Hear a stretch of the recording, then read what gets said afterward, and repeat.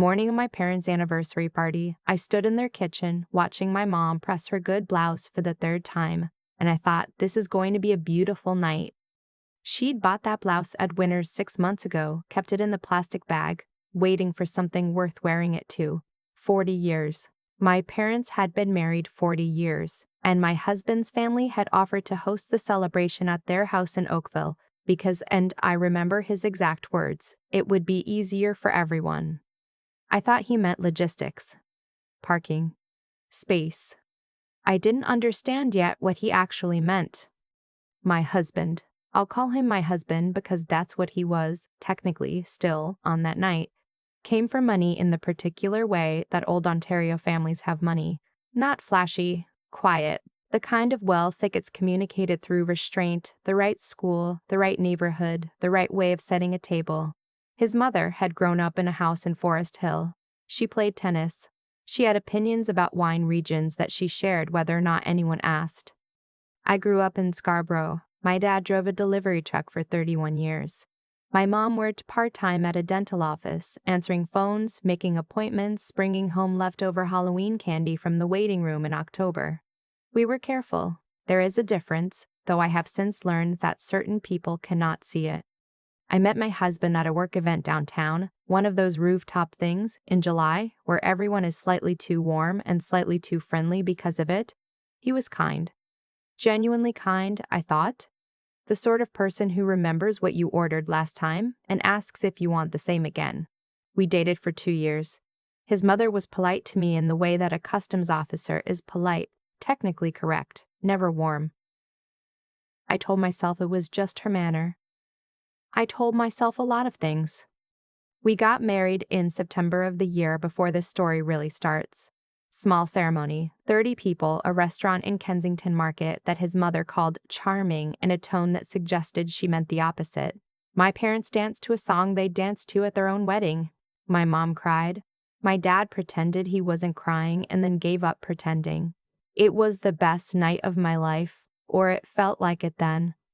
The anniversary party was my sister-in-law's idea. She called me in March and said she wanted to do something special for my parents, something to celebrate 40 years because, her words, family milestones matter. I was touched. Genuinely. I thought maybe I had been wrong about her. I thought maybe this was the turning point, the moment our two families actually became one.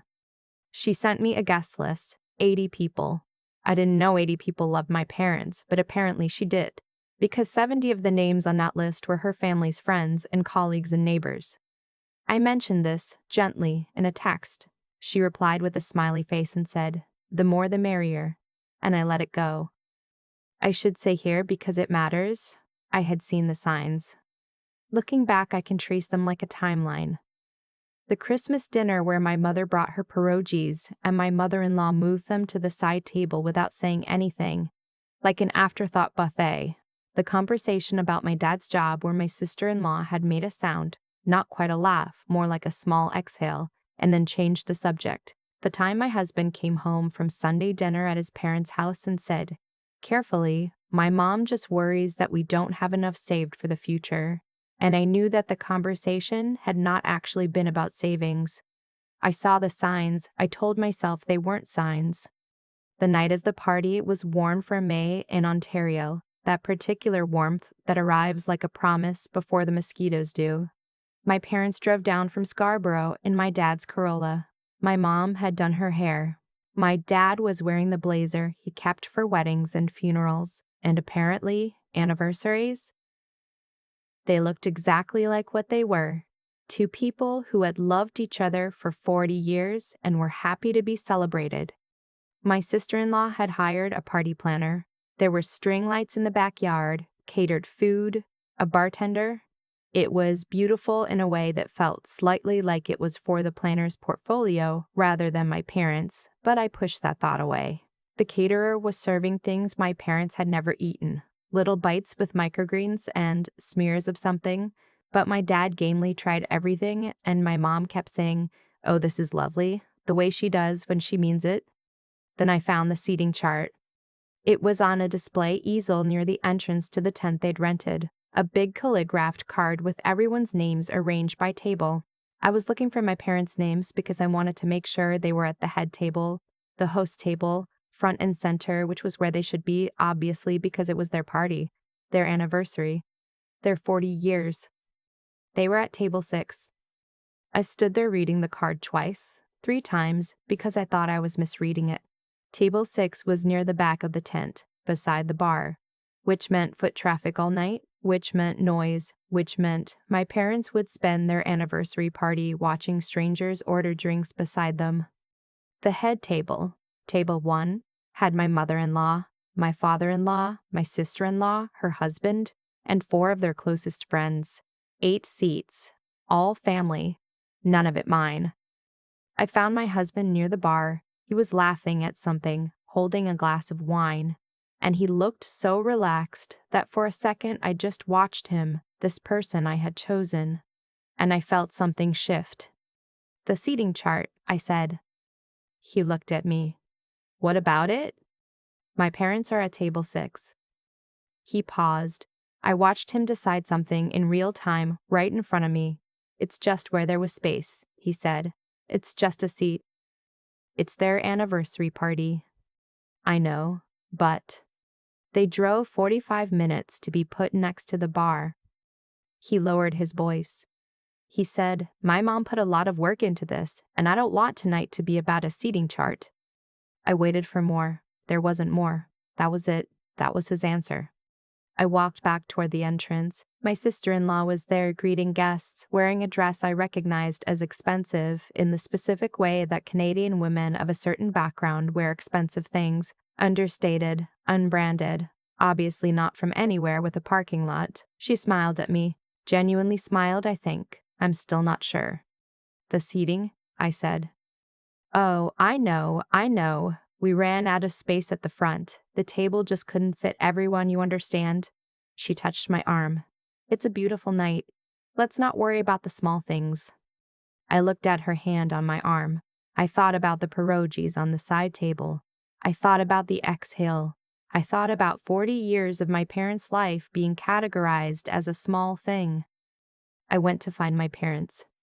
They were standing near the food table, my dad holding a plate, my mom talking to a woman neither of them knew. They looked fine, because my parents always look fine. They were raised to be gracious guests, even when they deserved to be honored hosts. My mom saw my face and said quietly, "It's all right, sweetheart." "It's not all right," I said. "It's their house," my dad said, with the particular Scarborough shrug he has, the one that means I've swallowed bigger things than this. That shrug broke something open in me. I had spent 4 years swallowing things. The looks, the pauses, the way my mother-in-law said, "Oh, how fun," when I described where I grew up, the same way you might say it to a child who showed you a crayon drawing. I had swallowed the Christmas pierogies and the exhale about my dad's job and the savings conversation and the 100 small ways I had been invited to understand that my family was a deficiency my husband had generously overlooked. I went to the bartender and asked for the microphone. He looked at me. I looked at him. He handed me the microphone. I walked to the center of the tent. I didn't plan what I was going to say. I want to be honest about that. I had no speech prepared, no notes, no strategy. I just stood there with a microphone in my hand, and 80 people eventually noticed and went quiet. "Hi," I said. "For those of you I haven't met, I'm the daughter-in-law." I wanted to say a few words about the guests of honor. People smiled. Someone near the back raised a glass. "My parents got married 40 years ago in a church hall in East Toronto. My dad had $40 in his account. My mom sewed her own veil because they couldn't afford the one she wanted. They moved into a 2-bedroom in Scarborough and they built something there. Not with money, because they didn't have a lot of it, but with time and work and the particular stubbornness of 2 people who had decided to love each other past the point where it was easy." I looked at my mom. She had gone very still. My dad drove the same route for 31 years so that I could have piano lessons and hockey registration and a family trip to PEI the summer I was 12, which I still think about when I need to remember what good looks like. My mom answered phones and managed a household and showed up to every single thing I ever did, including the school play where I had 2 lines and forgot one of them, and she still told me I was wonderful. My dad had put his plate down. "I put them at table 6 tonight," I said. "Or rather, they were put there. And I want to apologize for that, publicly, because they deserved to hear it in front of people. They deserved the front table. They deserved the front table. They deserved to be the center of tonight, not the edge. And I am sorry that I didn't fight harder, earlier, to make sure that happened." The tent was completely quiet. But I also want to say something else. I turned slightly, not toward my husband, not toward my sister-in-law, just toward the room. I have spent 4 years trying to be enough for a family that had already decided I wasn't. And I have watched my parents be made to feel small in rooms where they should have been made to feel celebrated. And I am done with that. My husband was looking at me with an expression I hadn't seen before. Not anger. Something more like recognition.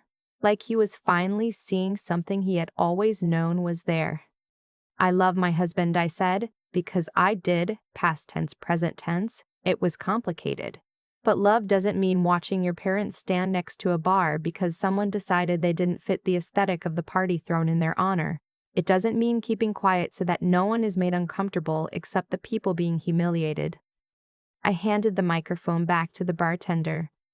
The party did not end immediately. Parties almost never do. Even after something like that, people finish their drinks. The caterer brought out another round of the little plates. My sister-in-law stood very still by the entrance for a long time, and then she went inside the house. My husband found me near the edge of the yard, where the string light stopped. He said my name. "I know," I said. That was. "I know." We stood there for a moment in the particular silence of 2 people who can see exactly what comes next. My parents left at 9. My dad hugged me for a long time at the car, the way he hugs when he doesn't have words for it, just the weight of his hand on the back of my head. The same way he held me when I was small and scared of things. My mom kissed my cheek and said, "You didn't have to do that." I said, "I know." She said, "I'm glad you did." My mother-in-law called me the next morning. She was very composed. She said she felt I had made an unfair characterization of her intentions. I told her I had characterized her actions, not her intentions, and that I understood there was a difference. She said she thought a more private conversation would have been more appropriate. I said I agreed, and I listed the 4 years of private conversations that had not changed anything. She had no answer for that. The line was quiet for a long time. My husband and I separated in August. It wasn't one thing. It was never one thing. It was the seating chart and the pierogies and the exhale and 31 years of my dad on a delivery truck being treated as an embarrassment in a tent in Oakville. It was the recognition that he had watched all of it and chosen, every time, not to say anything, and that I could not build a future in the space of that silence. I moved into a 1-bedroom in the East End. My mom came over the first weekend and brought pierogies, the real ones, boiled and pan-fried, exactly right, and we ate them standing at my kitchen counter because I didn't have a table yet, and it was the best meal I'd had in years. My dad installed my curtain rods. He was there for 2 hours and he fixed 3 other things while he was at it, without being asked, the way he always has. I still drive past Scarborough sometimes, that particular stretch of Kingston Road where everything is exactly as it was, the same plaza, the same Tim Hortons, the same sight lines I knew before I ever knew anyone in Oakville. I used to see it through the lens of something I'd moved away from. I don't anymore. 40 years of my parents' marriage looked like a blouse kept in a plastic bag for 6 months, saved for something worth wearing. It looked like a blazer kept for weddings and funerals, worn with the same dignity for both. It looked like showing up over and over in rooms that didn't always want you there and refusing to be made smaller by it. I learned that from them. I just forgot for a little while. And then, in a tent in Oakville with a borrowed microphone and 80 people watching, I remembered. I keep thinking about my dad's shrug. That particular Scarborough shrug, shoulders up, chin down, the one that says I've swallowed bigger things than this. He's done it my whole life, in rooms that didn't want him there, at tables where nobody pulled out a chair. He just adjusted, kept going, never made it anyone else's problem. For a long time, I thought that was strength. I think now it's both strength and something that costs more than it should have to. What happened in that tent in Oakville didn't come from nowhere. That's the thing about actions and their consequences, they almost never arrive out of nowhere. Every small moment had been building. The pierogies moved to the side table, the exhale, the savings conversation that wasn't really about savings. Each one on its own looked like nothing. Accumulated, they were a pattern. And patterns, if you're honest with yourself, tell you exactly where you are. I wasn't honest with myself for a long time. That was my failure, and I own it. I told myself that love was enough to bridge a gap that nobody on the other side was actually trying to bridge. I told myself that patience was virtue, that keeping the peace was the same as keeping something worth having. It wasn't. Patience without discernment is just delayed reckoning. The reckoning came from my sister-in-law because she had consistently chosen convenience over decency. Not cruelty. I don't think she was cruel, not intentionally. But indifference at the right moment can do everything cruelty does. Putting my parents at table 6 wasn't a logistical decision. It was a declaration. And declarations, when they go unchallenged long enough, become the terms of your life. What I did with the microphone was not a strategy. I want to be clear about that. It was the first honest thing I had said in 4 years, out loud, in front of people who needed to hear it. There's something about saying a true thing publicly that changes you, not because the audience validates it, but because you can no longer pretend, even to yourself, that you didn't know it. I think about the blouse my mom kept in a plastic bag for 6 months. I think about what it means to save something for a moment worthy of it. My parents did that with more than clothes. They saved their dignity, quietly, through 31 years of early mornings and difficult rooms and people who looked at them the way certain people look at things they've already decided don't matter. That is its own kind of wisdom, not the loud kind. The kind that persists when no one is watching, that gets up the next morning and drives the same route anyway, that shows up to every school play even when the kid only has 2 lines and forgets one of them. I have my mom's stubbornness and my dad's shrug, but I'm trying to learn the thing underneath the shrug, the decision, made quietly and repeatedly, to not let the smallness of other people determine the size of your own life. My 1-bedroom in the East End has curtain rods my dad installed. Every time I open them in the morning, I think about that. He fixed 3 other things while he was there. Didn't mention it, just did it. That's what 40 years of choosing each other looks like, up close, in the actual details of a Tuesday. Not the tent, not the string lights, the curtain rods, the pierogies, the blazer kept for weddings and funerals, worn with the same dignity for both. I'm still learning how to be worthy of that example, but I think, standing in that tent with a borrowed microphone, I took one real step toward it.